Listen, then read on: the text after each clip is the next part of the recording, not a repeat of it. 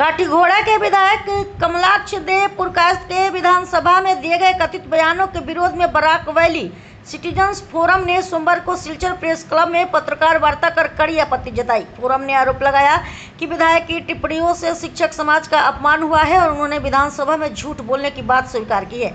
संगठन ने विधानसभा अध्यक्ष रंजीत दास से मामले की जांच कर उचित कार्रवाई की मांग करते हुए कहा कि विधायक के पास पद पर बने रहने का नैतिक अधिकार नहीं है। पत्रकार वार्ता में प्रोफेसर निरंजन दत्त, अशोक कुमार देव, जयंती दत्त, साक्षी चक्रवर्ती, शंकर देव, स्मृति पालनाथ, बहार अहमद चौधरी और शाश्वत भट्टाचार्य सहित अन्य उपस्थित है। Prerna Bharti digital news network Silchar से एक रिपोर्ट। হওয়ার পর তিনি যেখানে বলেছিলেন যে আমি সংবিধানের এই নিয়ম মেনে প্রতিজ্ঞা করে বলছি যে আমি সত্য কথা বলিব, তাহলে তার বিরুদ্ধে অভিযোগ হওয়া উচিত, তার বিরুদ্ধে অ্যাকশন হওয়া উচিত।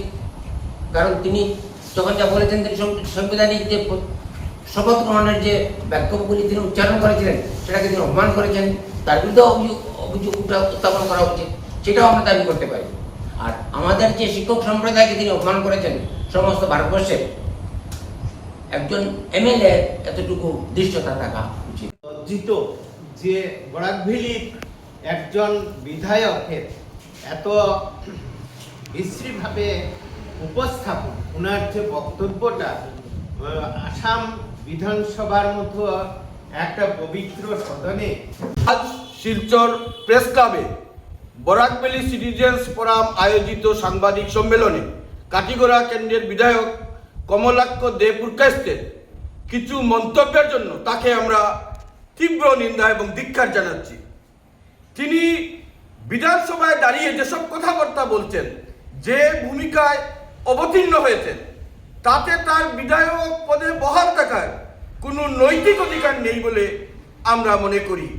এ ব্যাপারে অসম বিধানসভার মাননীয় স্পিকার শ্রী রণজিৎ দাস মহাশয়ের আমরা হস্তক্ষেপ কামনা করছি। একই সঙ্গে যে কোনো বিধায়ক যাতে বিধানসভায় কমলাক্ষ দে পুরকায়স্থের বিরুদ্ধে প্রিভিলেজ মোশন আনেন, বিশেষাধিকার প্রস্তাবের মাধ্যমে কমলাক্ষ দে পুরকায়স্থের বিরুদ্ধে যাতে শাস্তিমূলক পদক্ষেপ গ্রহণ করা হয়, আমরা এই আর্জি জানাচ্ছি।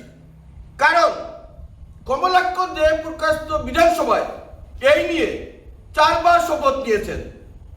এবার শপথ নেওয়ার পর সাম্প্রতিককালে বিধানসভায় দাঁড়িয়ে তিনি বলছেন আগে তিনি যেসব কথা বিধানসভায় বলেছেন সম্পূর্ণ মিথ্যে।